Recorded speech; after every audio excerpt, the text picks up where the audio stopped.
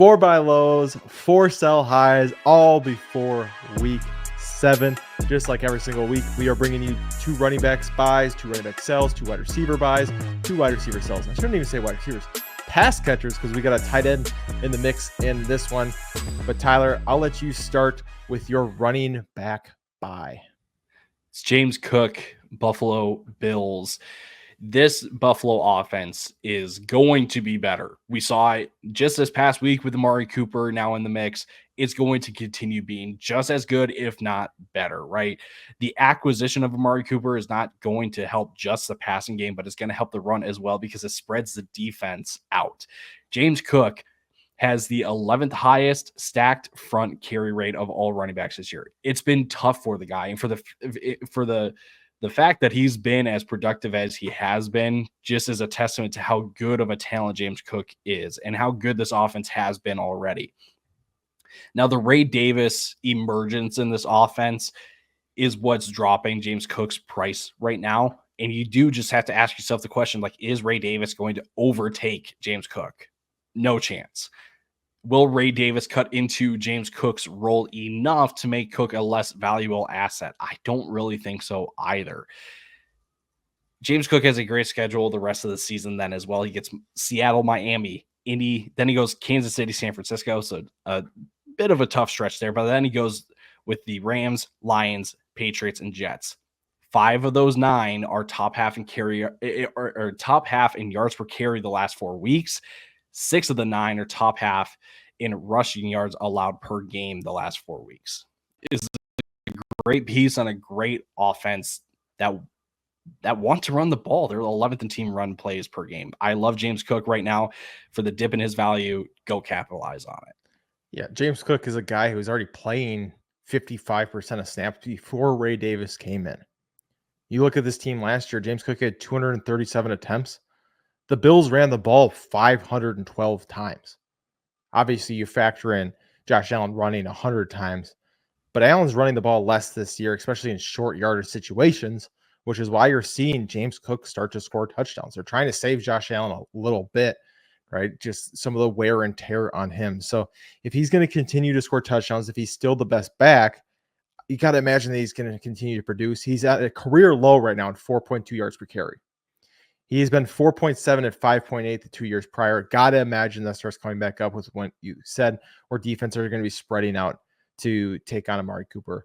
As Amari Cooper gets more acclimated into this offense. So I agree. I love James Cook as a buy.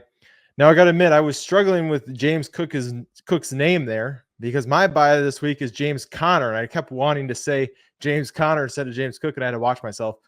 But James Conner right now is top 7 in attempts and yards, being top 20 in receptions and targets, which I'll admit is a little bit lower than what we've seen from James Conner in years past. But he's top 12 in weighted opportunities and red zone touches. He has the 8th highest light front opportunity, so he's the exact opposite of James Cook. Instead of them stacking the box and James Conner, he's getting these lighter fronts, and a lot of that has to do with Kyler Murray, them spreading out the defense a little bit more. And let's be honest, this Arizona offense has been terrible so far to start this season. Kyler's been really, disappointing. Marvin Harrison Jr. has been disappointing, and they're not going to get worse from an offensive perspective. And then you look at their end of the season schedule: Seattle, Minnesota, Seattle, New England, Carolina, Los Angeles Rams. Other than Minnesota, who admittedly did just get absolutely torn up by Jahmyr Gibbs in this last game on the ground, that's a pretty run-friendly schedule to end the season. So I think we're going to continue to see a lot more James Conner. He only has 3 touchdowns this season. If he's top 12 red zone touches, we're going to continue to see that climb. And then a great end of the year schedule. James Conner is for sure someone I'd be buying in on. Yeah, like you said, this offense can't be worse than it has been so far. They did come away with a win, so they are kind of, I don't want to say that they're getting going because the offense still wasn't great, but hey, they're in the win column now. And for me with James Conner, week 6 was kind of a very odd week because he only played 16 snaps to Amari Demercado's 31, and also Trey Benson getting 11 snaps as well. So it was kind of this, are they going to fade James Conner out? Are they going to get Trey Benson and Demercado more involved moving forward? And that all changed then in week 7. James Conner played 84% of snaps compared to 11% and 7% then for Demercado and Trey Benson. This is still James Conner's backfield. There really is no sign at this point of Arizona, changing the guard or anything like that.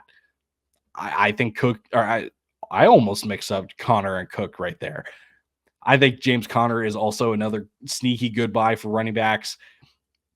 The tough part, I will say, just generally about the running back market right now, because of some big injuries, right? Like, we still don't have Nico Collins. Cooper Kupp is finally coming back for the Rams, but Puka, he'll be back soon as well. But, Chris Godwin potentially gone for the year. We had Rashee Rice get injured, and now he's out for the year. DK Metcalf, like, we've got big wide receiver injuries right now that the running backs are kind of an afterthought.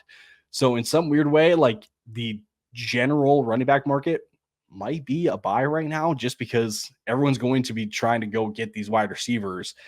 Some of these running backs available might be the preferred targets here for us. Yeah, you talked about it yesterday on the show too.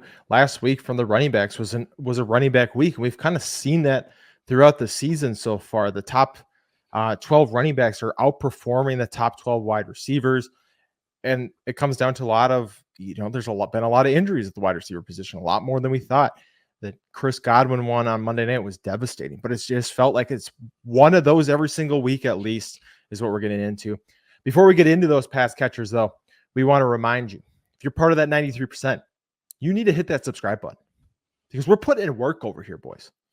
We are leading you to fantasy championships, and we're having some good laughs along the way. Ty is showing you exactly what you need to do with that mouse. What you need to do is just click on the subscribe button. That easy. It takes you like 3 seconds. You can do it right now. Everyone together. 1, 2, 3, click. All right, there we go. Everyone's done it. Everyone's subscribed. If you're on the audio podcast, we thank you very much for listening, and we won't waste any more of your time. I will get you to your wide receivers. Ty, take us away with your wide receiver. Bye. Ladd McConkey. Bit of an odd name for this kind of episode, right? And not as big of a name as, again, like James Cook or James Conner or even your wide receiver buy, but I'm kind of fascinated with Ladd McConkey at this point in the season and how things could finish for him. So far this year, Ladd is 12th in targets per route run.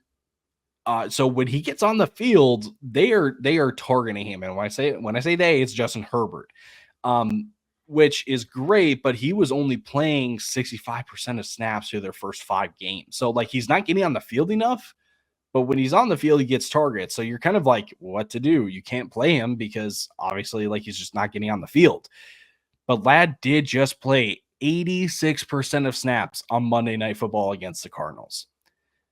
And that 65% snap share wasn't because they didn't want Ladd McConkey on the field. The game script was just not in his favor. Justin Herbert had not topped 29 dropbacks in a game, and the backfield was averaging nearly the same amount of carries. So this was a very run-heavy game script, and that's not Ladd's game. That is not Ladd McConkey is not going to be on the field to be a blocker in the run game.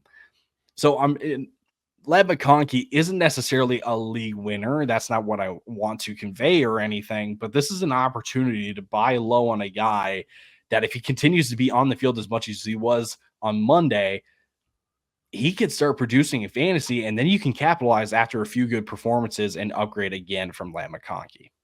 He's a guy, if you watched Lucas put out a short on our YouTube Shorts page or TikTok, Instagram, wherever, if you're watching our short form content and all, about what to do if you're 5-0.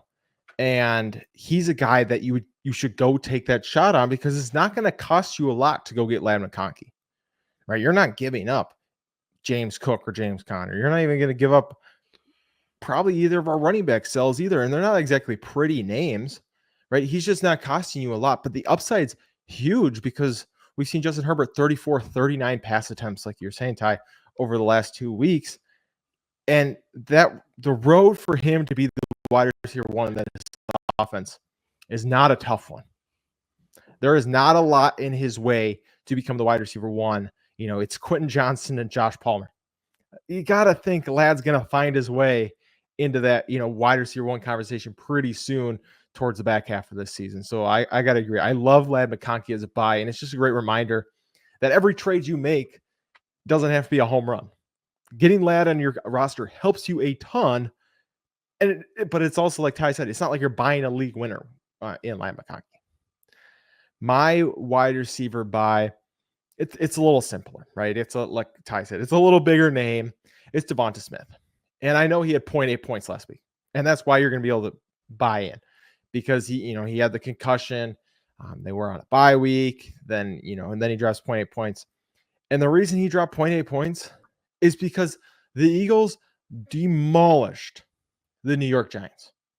I mean, just dominated them from the beginning to the end. It was the Saquon Barkley show the entire time. And Jalen Hurts only threw 14 passes. He's only done that one other time in the last 4 seasons. All right. This isn't something that happens over and over. This is very occasional thing. He only completed 10 of them. And Devonta Smith over the entire season has been very good. So I would just get rid of the last game and look at the fact that he's top 15 in yards per route run, yards per team pass attempt, and fantasy points per route run. What that means is that when he's out there, he's producing. He's putting up good points right now. And you got to remember those first 3 games, he saw 7 receptions in each of those first 3 games.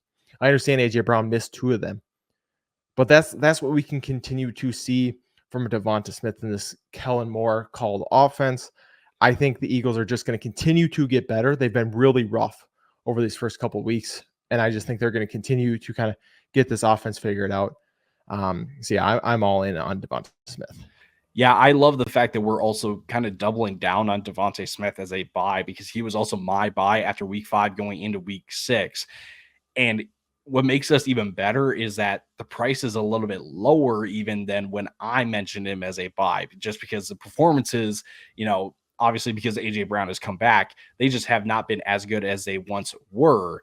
But again, how good he can be in this Philly offense that, it hasn't exactly lit it up just yet this year. Like, they only put up 21 against Cleveland. They put up 28, but a ton of yards on the ground against the Giants. If this passing game can click, Devonta Smith can easily not only just return value, but become a staple in your starting lineups. And again, with all of these big name wide receivers kind of dropping, right? Nico Collins, Chris Godwin, Mike Evans, right? Like, Devonta Smith is one of these very few pieces that his trade value is still declining, even when the market is going to be going up. And the payoff is, can ultimately, get you into the playoffs, give you a push into the playoffs. Would you say that Devonta Smith is a league winner? Because I was trying to work around it, but I think it's just worth asking. I think he has the potential, right? I don't think you're buying him to be, a top 7 wide receiver, but I think he's top 15 for sure. And especially when you look at their schedule, they play the Bengals next week.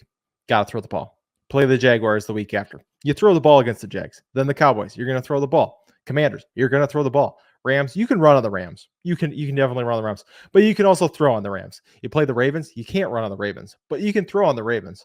Just as Baker Mayfield just put up 330 against them. The Panthers, they'll probably run all over the Panthers, but you can throw on the Panthers, right? And then the Steelers is a good matchup, and then they finish out with the Commanders and Cowboys to end the fantasy season. So, right, there's a lot of good matchups coming up for Devonta as well. So I think he has a path to that. I don't know if I'd go as far to say league winner, right? Because whenever you have AJ Brown, he's going to be the target hog. He's going to be the full point of that offense. But I do think that he can be extremely good, a top 15 option rest of the season. Yeah, and it helps too that Philly has already had their bye too, so you don't have to worry about finding a replacement for him on a bye week or anything like that. You can just keep him in your lineup pretty much for the rest of the year. For sure. All righty, let's hear from a word from our friends over at Underdog, and then we will get to ourselves.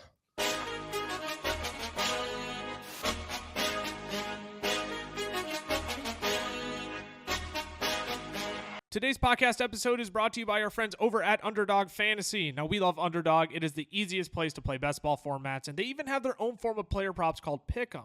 You can make up to 20 times your money on a single night by correlating props together. 2 picks will triple your money, 3 will 6 times it, 4 will 10 times it, and 5 plays that all hit will multiply your entry by 20. You can even place insurance on your picks too, so if only 4 of your 5 props hit, you still get 10 times your entry. And if you use our code FELLAS when signing up, Underdog is going to double your first deposit up to $100.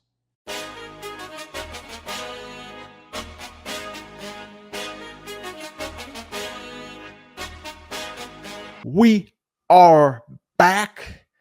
And I don't know if you guys noticed last week. Me and Ty missed it until I listened back to it today. Lucas copied me on our re-intro last week. It was ridiculous. He went away from his own thing, and then he copied me and didn't give me credit for it. So it's just kind of a disgusting move by Lucas. So please shame him in the comments. We don't like bit biters here. We don't like plagiarizers either. Yeah, it's brutal. It's brutal. So please, in the comments, finish him. All right, that's all I want. That's all I want. All righty, Ty. Why don't you give us your running back sell? Real quick, I feel like we need to drop that after every sell that we talk about too. Oh, there we go. Because we're gonna try not to tear these guys down, but at the same time, like we're gonna give you the reasons why you should let them go. Right. My running back sell is Javonte Williams, who's had a nice little stretch of games lately. Over the last 3 games, he's had 2 with 16 or more fantasy points. But in both of those games, Denver has put up over 30 points. And now the rest of the season, they get Carolina, Baltimore, Kansas City, Atlanta, Vegas, Cleveland, Indy, the Chargers, and the Bengals. There will be some games that he does well in, like specifically this upcoming week against the Panthers. And he may not exactly like flunk out the rest of the season either, but there's a window to package him up and go upgrade to a Brian Robinson, to a David Montgomery, to even a J.K. Dobbins if the manager is willing, after what was a pretty low, or a pretty, I don't want to call it a bad performance, but a pretty lackluster performance against Arizona. Again, Javonte he's been doing well. But I think the opportunity is right now. You can use the Carolina matchup as a selling piece, as a selling point, because you know that what's behind the curtain is a Baltimore and Kansas City defense that are really, really tough to go up against. Yeah, it just comes down to, and you'll see when I'm talking about my running back sell as well, can Bo Nix be good enough, like you're saying, to put up points? Because if he can't put up points, you're not in a position where you're going to run the ball. And that's what it really comes down to. I want to see Javonte succeed. He was a guy we were so excited about. Then, of course, tore the ACL. It's just one of those things you hate to see. But this Denver offense just doesn't get you excited. It does not. It did not last year with Russ. It does not this year with Bo Nix. So, yeah, I agree. Javonte Williams, you've seen a couple good weeks. You say, hey, Carolina next week, get rid of him, because Baltimore and Kansas City are going to be gross games. Speaking of a player with a bad schedule, Tony Pollard. Yeah, I know he's played pretty good to start the season. He's the player, if you were on the audio podcast that Ty referenced earlier, yeah, he's 4 of 6 games so far, 15 plus points. But upcoming, he plays Detroit. Then he gets New England. Awesome. Chargers, Minnesota, Houston.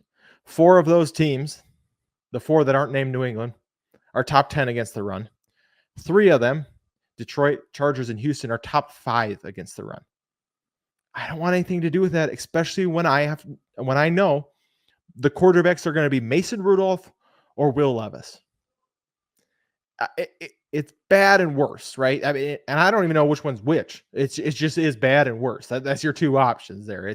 It's like deciding between Tim Boyle and Skylar Thompson, right? It's fair. I shouldn't say it's that bad, but it's pretty brutal. I just don't see them putting up any points against these teams. And if you're not putting up points and you're going to be behind Detroit, Minnesota, Houston for sure, and shootouts, you're not running the ball with Tony Pollard. Tyjae Spears, I think, is going to be there just enough to make sure Pollard doesn't have enough PPR upside to keep him relevant in those bad games. So, yeah, I want nothing to do with Tony Pollard moving forward. Yeah, and the biggest piece for me is the Tyjae Spears component to this. We know, through the game so far this year, when Tennessee goes behind, it's Tyjae Spears that is put in these situations to produce then in fantasy. Not to say that like Tony Pollard can't continue getting carries and all those kind of things, but in some weird way, even maybe I should put out this disclaimer. I don't want anything to do with either of the Titans running backs for the rest of the year. But if I had to choose one, I might lean Spears over Pollard, which might sound crazy because, again, Pollard gets on the field more than Spears. But for all we know, what is holding this team back from getting Tyjae Spears more involved? So then it's more of a 50-50 than it is a 60-40 or a 70-30 like we have seen so far this year. And again, when Spears is on the field in these situations in these upcoming games, it's likely because they see Spears as a better fit for the game script. So Tony Pollard is a weird one. It's going to be tough to exactly sell him because I think everyone sees like, yeah, he's on Tennessee. It's gross. But at the same time, like he still has value in some way that you do just need to flip right now. Yeah, and exactly. I'm not saying you're going to go sell Tony Pollard to get Devonta Smith, right? Don't hear what I'm not saying. You're not going to get a huge upgrade, but I would move on, look for running backs with favorable schedules, find a way to package Pollard to go get an Aaron Jones, go up and get a David Montgomery, like Tyler was saying, Brian Robinson, J.K. Dobbins. You're going to have to probably do Tony Pollard plus to get those guys, but I think that's worth it for sure. Like always, if you're struggling with trade advice, right, and none of these players are available in your leagues, none of these guys are on your teams, you have other questions about trades, head on over to Discord. It's in the link of the audio podcast or video that you're watching right now. We've got, I want to say 3,800 strong right now. We're pushing 4,000. We're going to continue to build that over the off season, right? So head on over there. We've got people answering questions all the time. Do not miss out on our Discord. Alrighty, Ty, I'll let you do it. Crush my heart. Break it into a million pieces with your wide receiver sell. Diontae Johnson. Yep. It's time to move on. And look, like it pains me to say this too, because I've benefited from having Diontae on multiple fantasy teams this year. Obviously it doesn't pay me as much as Cameron, but over the last 4 weeks, Diontae has been pretty inconsistent where the ceilings have been great and the floors have been absolutely brutal. He's gotten 21.3, 5.9, 19.8, and 2.7. The spikes came in games where Carolina scored 20 or more points, and the bust came in games where they didn't even top 10 points. Carolina will find games the rest of the year where they can put up points, and Diontae will produce them in fantasy. But the inconsistency is what's ultimately going to make the difference and is going to sink you, come playoff time or come the end of the regular fantasy season, right? You go Denver, New Orleans, and the Giants. You're probably going to get 1 or 2, maybe even 3 good games out of Diontae Johnson. But then you have a bye in week 11, and then you finish up with Kansas City, Tampa Bay, Philly, Dallas, Arizona, and Tampa again. That Tampa game is in week 18. So not even going to throw that one into the equation, really. Those are all games, except for maybe Tampa now with all of their injuries. Maybe Arizona too, to a certain extent, but who knows? Arizona could be pushing for a playoff spot where they're not going to be messing around. Carolina could only score 14 or 17 points in those kind of games. So it stinks because, again, you know how good it can be with Diontae Johnson. Again, over the last 4 weeks, 21.3, 19.8. That's hard to cut off from your team, but you know that the floor can ultimately sink you again. 5.9 to 2.7. Yeah, it really stinks to say. I mean, the reason we liked Diontae is we thought, hey, he's going to see a lot of targets on a competent enough offense, right? Dave Canales is going to come in, going to help out Bryce Young. Not the case, even with Andy Dalton, right? It's every other game they're a competent offense. You don't want that variability come playoff time. That 20 points is awesome, but the 3 points loses you a week. And so I agree. I think it's get that good week, or, if somebody's interested in right now, and ship them off and just go, I just don't want the headache. I totally understand with that. Like you said, that's a tough end of the year schedule.